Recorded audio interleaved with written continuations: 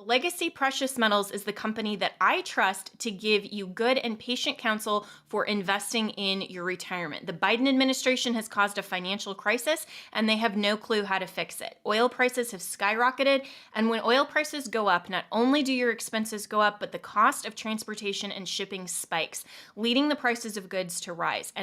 And we are already seeing record inflation. That's the last thing that we need.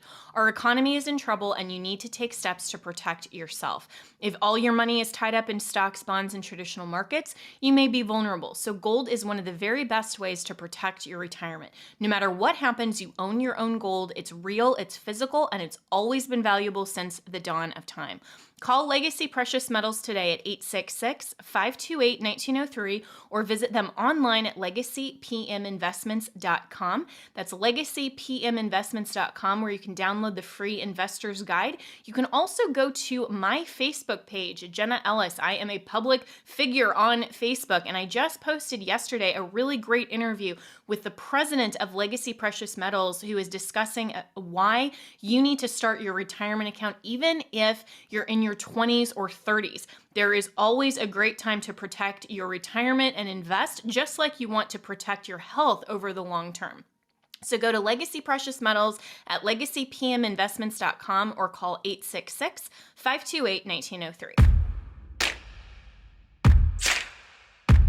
As a constitutional law attorney, former senior legal advisor, and personal counsel to President Donald J. Trump, Jenna Ellis believes in the rule of law and the importance of integrity in our elections. And she's ready to tackle the big cultural and legal issues facing America. This is the Jenna Ellis Show. Here is your host, Jenna Ellis. Hello, friends, and welcome to another episode of the Jenna Ellis Show. I'm Jenna Ellis, and of course, the only coffee that we have on set here at the Jenna Ellis Show is from My Coffee, and you can go and get that at mystore.com using promo code Jenna. But just for today, because we have to address this story, I do, in fact, have a Starbucks. Why? I will tell you. Because NBC News reported Starbucks is asking the Federal Labor Board to suspend all mail-in ballot union elections nationwide, alleging, get this, misconduct in the voting process by the board's personnel and the union organizing its baristas. So Starbucks is asking to suspend all mail-in ballots. They're wondering, that there's some misconduct, that, maybe that's not the best way to actually conduct an election. This just sounds like something else recently, but I can't really put my finger on it. I don't know. But let me know in all the comments. Always get great feedback from you at thejennaellisshow.com. You can click the link to send me an email. Our team always reviews those. But of course, the big story continuing today is the Mar-a-Lago raid. This is just an insane story that keeps getting more and more and more insane. If you didn't watch Tucker Carlson last night, definitely go and watch his opening monologue. A lot of people are wondering, why did the raid happen the 1 week that Tucker was on vacation? Is that a coincidence? I don't know. But it was Tucker's first reaction, and it was brilliant.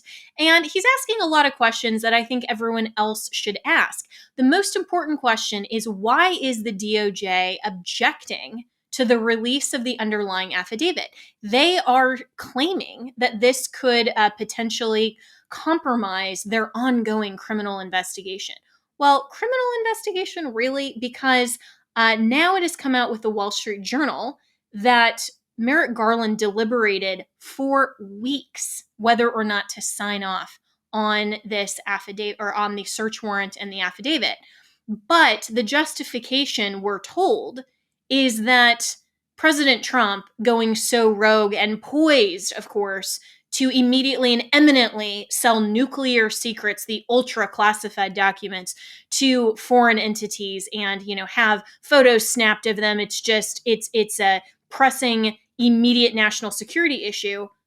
Yeah, we'll deliberate about that for several weeks, and then once the judge actually signs off on the warrant on a Friday, we'll take the weekend, go chill at the beach, go get some mojitos, and then we'll go in Monday morning. Yeah, that sounds like an imminent, criminal concern for national security. And that's absolutely something that, is totally justified. So the questions continue, but our good friends at Judicial Watch, if you missed yesterday's show, definitely listen to my good friend Tom Fitton explain where Judicial Watch is at in this process, because they are the organization and entity that is a watchdog in DC, actually looking for truth, not just in the pocket of Democrats or the DNC light, also known as Republicans. They want to get to the truth. And so there is a hearing now. It has just been released that there is a hearing scheduled for 1 p.m. Eastern in Florida on Thursday, where Judicial Watch will have a hearing where the DOJ said, hey, this isn't needed. We've already briefed this issue. Why? They don't want to have to answer any questions. They don't want this to become public at all. They don't want to have to justify any of their excuses. But Judicial Watch has secured a hearing 1 p.m. Thursday where they get to make arguments for the public why this affidavit absolutely should be released. So coming up, my good friend Brett Tolman, who you have seen, he and I on Legal Eagle panels on Newsmax almost weekly. He's going to join me in just a few moments with his take. He's a former U.S. attorney, now works for Right on Crime, and we're going to break all of this down and go through the DOJ's objection to the release of the affidavit and exactly where we're at in this ongoing saga. But the last point that I want to make before I bring in Brett is that this, to me, is the brilliance of Donald Trump, because anyone else who is the victim of an over-politicized, insane FBI raid or weaponization of the justice system would keep quiet, would be terrified, would be rightly very concerned about any sort of media response and wouldn't say anything about it. The FBI and the DOJ, of course, surprisingly, didn't leak this to CNN, to the Washington Post, to MSNBC. There were no cameras there, ready to look at all of these FBI agents and the helicopters flying overhead during the raid. Why is that? They probably thought that they could intimidate Donald Trump, but he always has their number. He himself is the one that went to the media and released a statement and said, this is what's happening and this is insane. It's unjustifiable. And that has caused Americans across the spectrum, across the country, to rise up and demand answers. And the press cannot stop Donald Trump from using them to his advantage. That is why Donald Trump is so brilliant, because anyone else would have shut up and would have been so intimidated and so terrified and done basically anything that these DOJ bureaucrats and these weaponized, literally armed law enforcement agents wanted them to do. And they would have bought into the as long as we comply, everything will be fine. We just want to sit down and shut up, just go away. Not Donald Trump. He knows that the American people are behind him. They know that this is a weaponizing and a politicization of the DOJ and of law enforcement. This is an absolute dereliction of their duty, of the rule of law. They're tearing up the U.S. Constitution in the process. I mean, Fourth Amendment, come on. But Donald Trump knows. He knows that the American people are behind him. And so he's using the media so effectively, because this has been really the only story that has been covered across the spectrum of political news outlets since last Monday. And I love that, because Donald Trump will never back down. And he is unlike anyone else in this country, because he knows that the media loves to cover him and they love controversy. And so he's using this to his advantage. I love it. All right, we'll be right back with my good friend, Brett Tolman. All right, well, 2022 is going to be a critical year for America. AMAC, the Association of Mature American Citizens, along with their nearly 2 million members. The fight to stop out-of-control spending in the president's Build Back Better scheme is far from over, and Congress is plotting more legislation that could hurt our seniors. The midterm elections will be a battle for freedom versus socialism. Unlike liberal groups, AMAC is America's conservative, action-oriented 50-plus organization Foundation, fighting hard every day here in Washington and across the nation for our seniors. So I'm urging you to choose AMAC now. You will receive all of the great membership benefits, including AMAC discounts on hotels, travels, and restaurants, and your membership will support your conservative values. So go to amac.us/Ellis. That's amac.us/ELLIS to become an AMAC member now. And joining me now is my good friend Brett Tolman, who, of course, you have seen on all of our Legal Eagle panels on Newsmax. He is also a former U.S. attorney and currently works for Right on Crime and is an amazing legal advocate. So, Brett, thanks so much for joining me. And let's break this down. So the government filed an opposition to releasing the affidavit, saying that they would be irreparably harmed if this affidavit came to light. And of course, that's completely against what Merrick Garland said last week, where he promised transparency and he said he understands the really big public interest in this case. So what's your take on this? The Department of Justice is not accustomed to being told what to do, and they definitely don't want to be transparent if it doesn't serve a purpose for them. And so I think we're seeing that play out. Certainly, there's a hey, we're the United States government, we're the Department of Justice, we're basically a fourth branch of the government, and we'll do what we want to do. And I've seen that attitude for 25 years. On the other side of it, you have the practical effect of them being forced to do something that they don't do hardly ever, is an affidavit released. And the reason is because of the same things the government's arguing right now. They need to protect, informants, or they need to protect their strategy and not give away the line of their investigation. I think it's all hogwash, Jenna, and here's why I do. They can put in the affidavit, they can put informant number one without identifying who it is. They can redact certain information that may give away, a strategy that they think is so critical. But at the bottom of all of this is the fact that they have already submitted it to a third party. They've submitted it to a court. They have to be able to stand up and accept what is going to happen in a high profile case like this when we do get to see the affidavit. Did they inform the judge properly?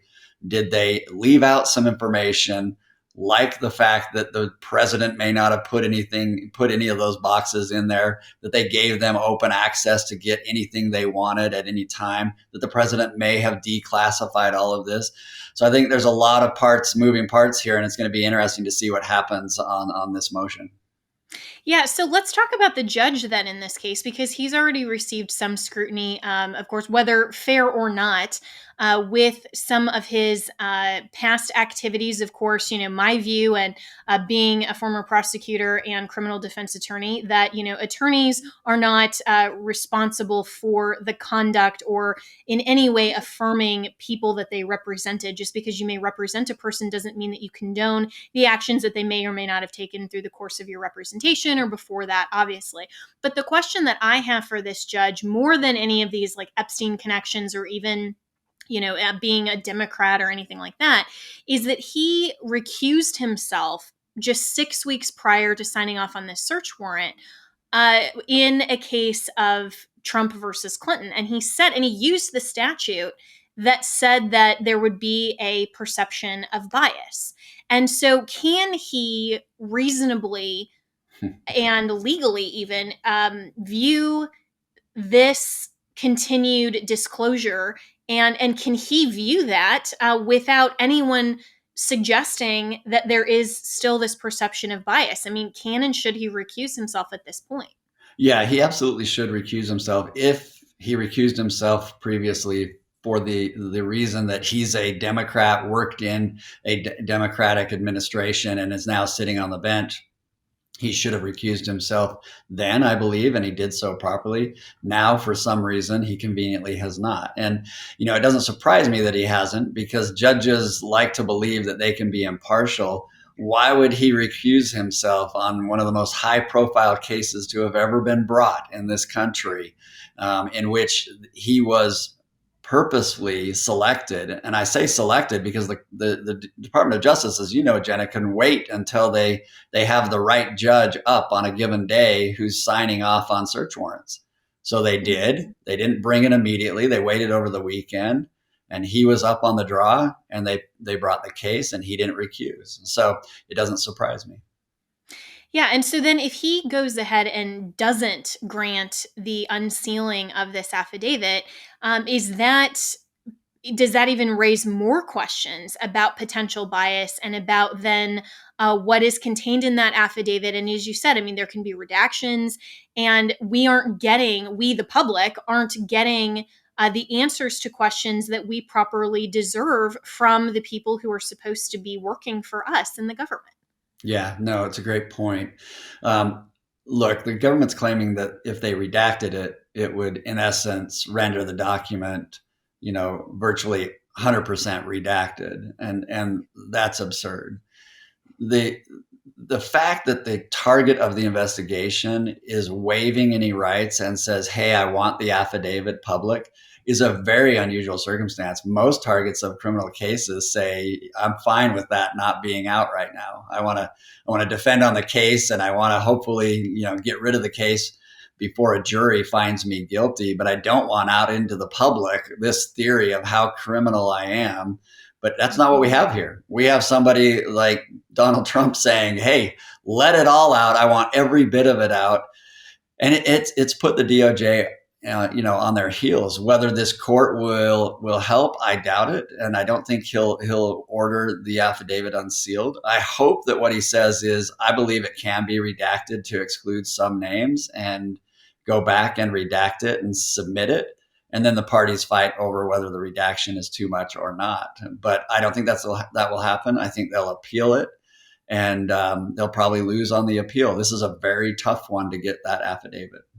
And that just raises so many questions. But you're right. And I just said earlier in the monologue that Donald Trump is like no one else, and I think that the DOJ didn't anticipate that he would be someone who said to the media himself the raid happened and wants all of this public, because you're right. Anyone else in a similarly situated position would not want this to be disclosed. They wouldn't want this air of, "Oh, I'm a target of a potential criminal investigation," because that always looks pretty negative. But it's Donald Trump, and he knows that not only will the media cover this, but then people will ask questions. And he also knows that this is absolutely pathetic and it wasn't justified. And so he's relying on the media to actually get them at their own game. And I think he is being successful here, and he is winning. So let's talk about if we do get the affidavit, what would, in your view, actually meet the probable cause standard? Knowing what we know about the access to the documents that the FBI had in June, and let's just take those facts and assume, for sake of argument, that those are all correct. And maybe for sake of argument, there were some things that are questionably classified or not, and that fact is in dispute.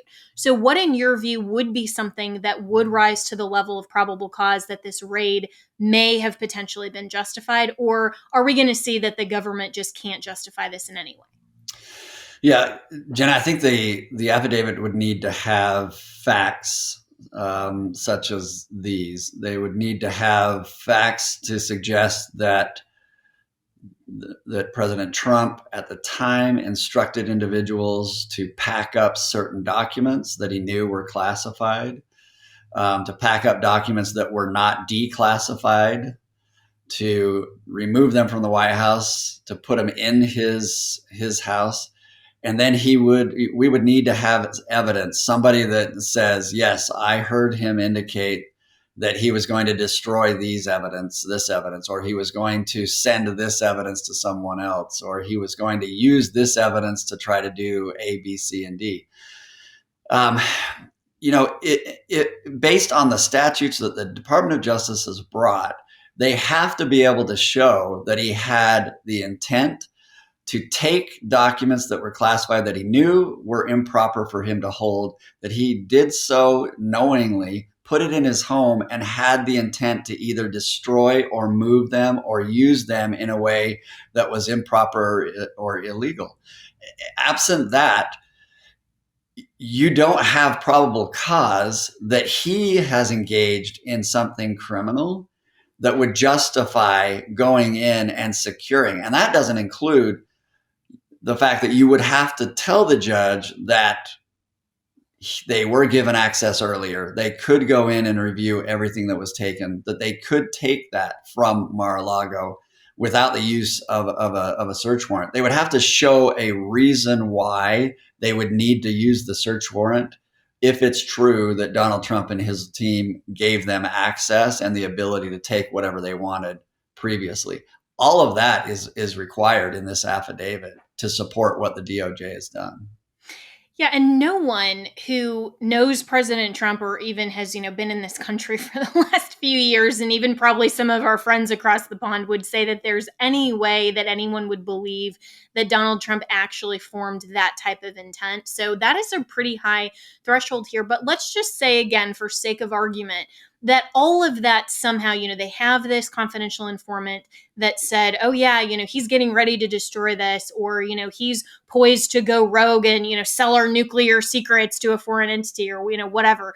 Then why was Merrick Garland contemplating this for weeks, and then they wait 3 days once they get the search warrant while he's 1,000 miles away in New York? I mean, none of this to me makes sense, even based on their own arguments.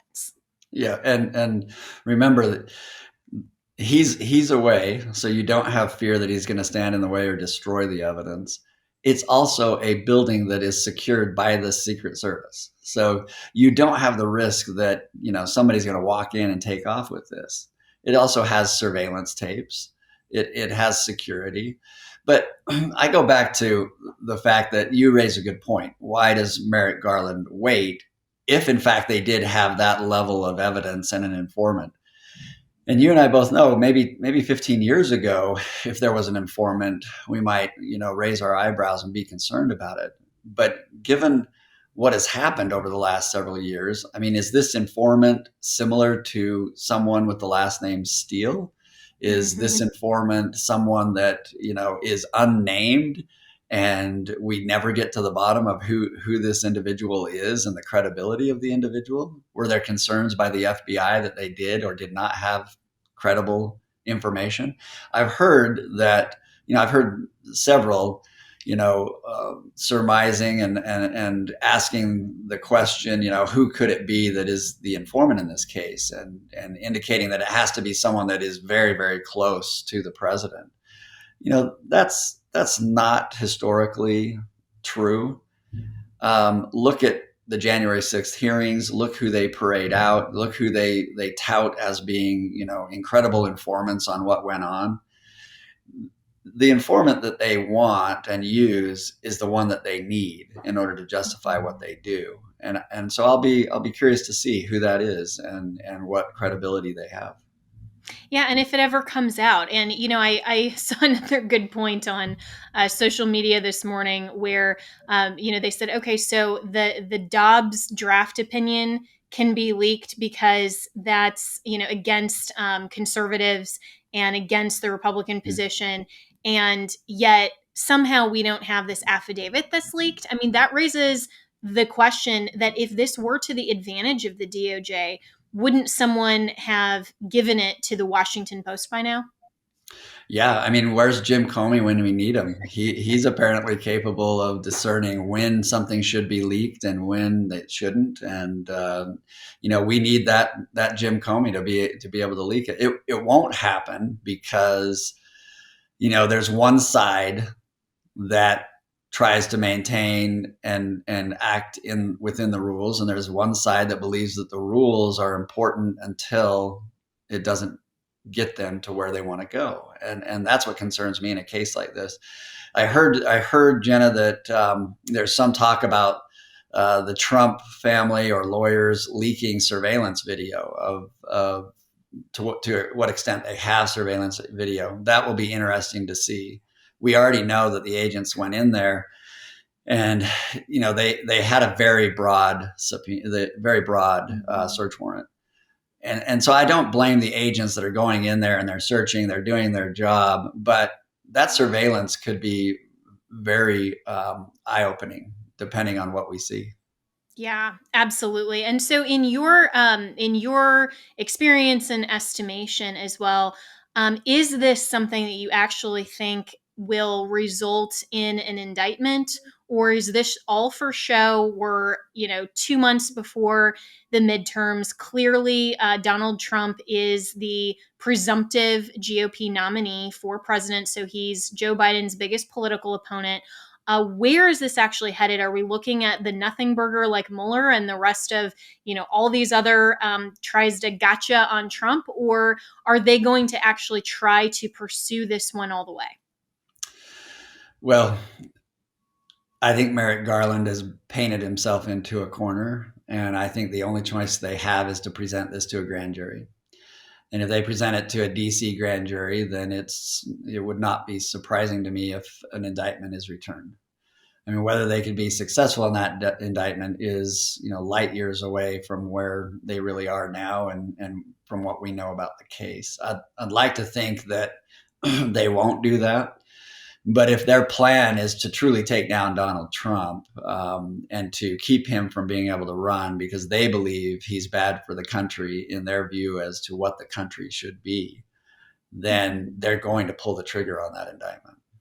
Yeah, and I think you and I and any rational legal expert or constitutionalist would say there's no way that even under an indictment that would prevent him from running for president legally, but certainly in the public perception. I mean, I can already hear what the Joy Reids and the Right. the Joe and Mikas of the world would say about, oh, he's under the cloud of indictment, he shouldn't run, and maybe in hopes of getting the RNC and the GOP concerned that, oh, we need to go a different way and we need to just be past Donald Trump. But I think with the base that would actually give him even more motivation because people see through this at this point. Mm-hmm.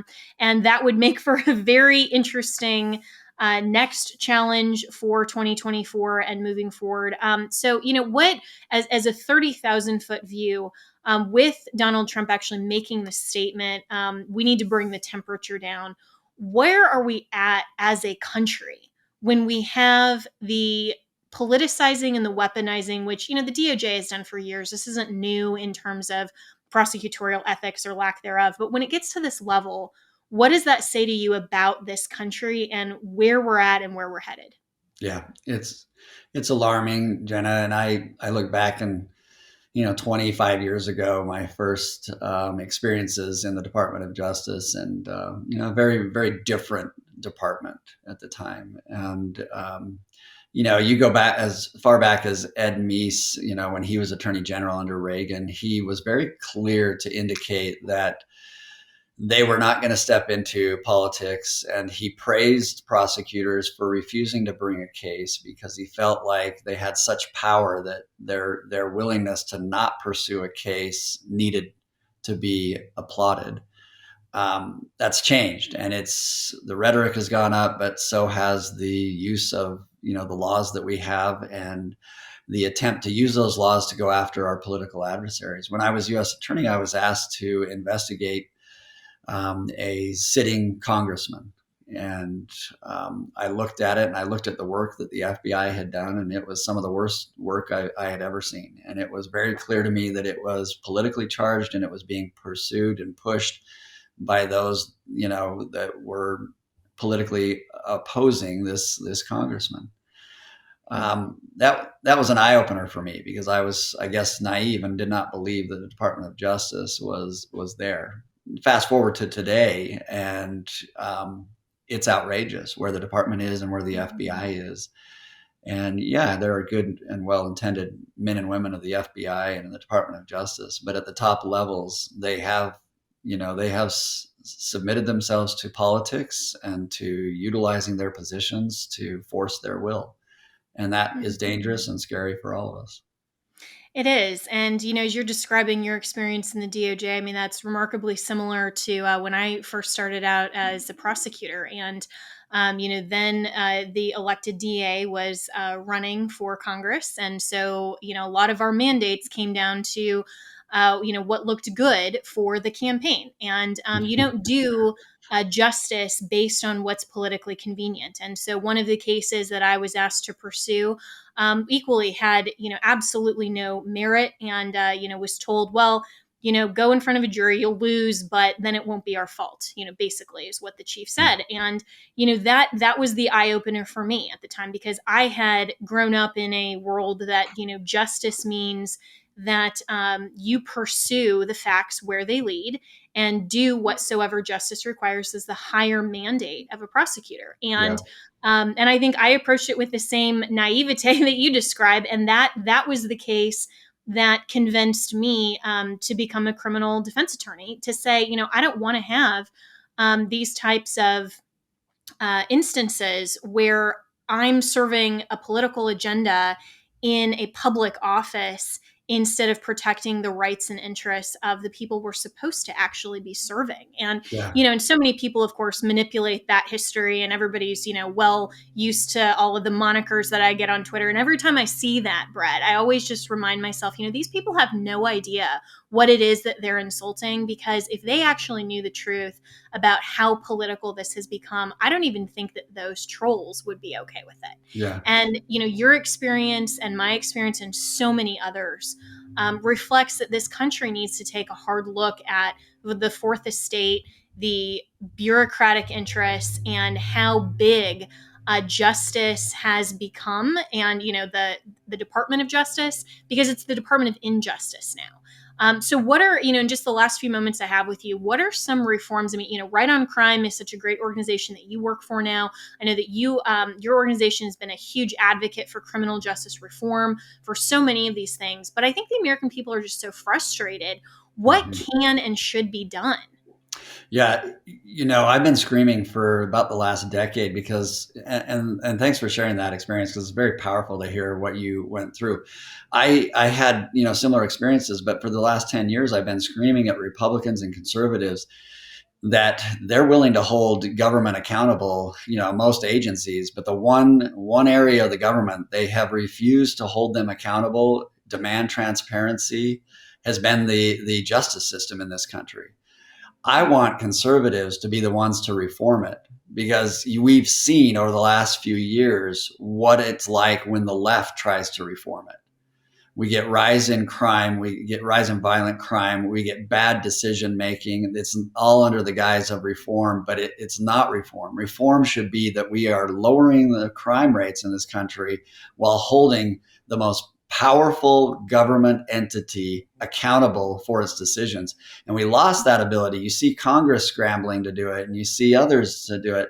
What we have to do as a country is to scale back the power of the prosecutor, the power of the Department of Justice, and the power of those agents that are out there to pursue cases without accountability. Once later, we learn that they were manipulating the law or the facts or both.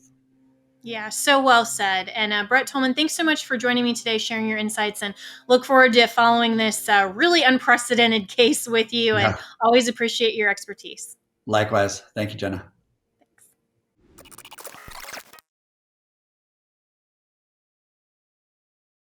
Legacy Precious Metals is the company that I trust to give you good and patient counsel for investing in your retirement. The Biden administration has caused a financial crisis, and they have no clue how to fix it. Oil prices have skyrocketed, and when oil prices go up, not only do your expenses go up, but the cost of transportation and shipping spikes, leading the prices of goods to rise. And we are already seeing record inflation. That's the last thing that we need. Our economy is in trouble, and you need to take steps to protect yourself. If all your money is tied up in stocks, bonds, and traditional markets, you may be vulnerable. So gold is one of the very best ways to protect your retirement. No matter what happens, you own your own gold. It's real, it's physical, and it's always been valuable since the dawn of time. Call Legacy Precious Metals today at 866-528-1903 or visit them online at legacypminvestments.com. That's legacypminvestments.com, where you can download the free investor's guide. You can also go to my Facebook page, Jenna Ellis. I am a public figure on Facebook, and I just posted yesterday a really great interview with the president of Legacy Precious Metals, who is discussing why you need to start your retirement account even if you're in your 20s or 30s. There is always a great time to protect your retirement and invest, just like you want to protect your health over the long term. So go to Legacy Precious Metals at legacypminvestments.com or call 866-528-1903.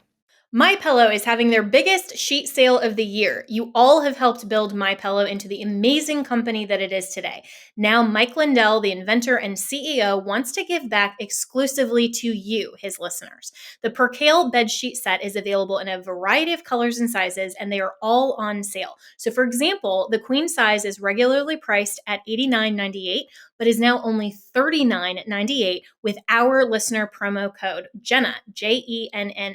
So order now, because when they're gone, they're gone. The Percale bed sheets are breathable and have a cool and crisp feel. These come with a 10-year warranty and a 60-day money-back guarantee, so don't miss out on this incredible offer. There's a limited supply, so be sure to order now. You can call 1-800-564-8475 and use the promo code Jenna, or go to mypillow.com/Jenna. You can click on the radio listeners square and use the promo code Jenna. That's Jenna. Thank you so much to all of Mike Lindell's listeners and listeners of this podcast for making sure to support MyPillow and using our exclusive listener promo code Jenna. That's Jenna.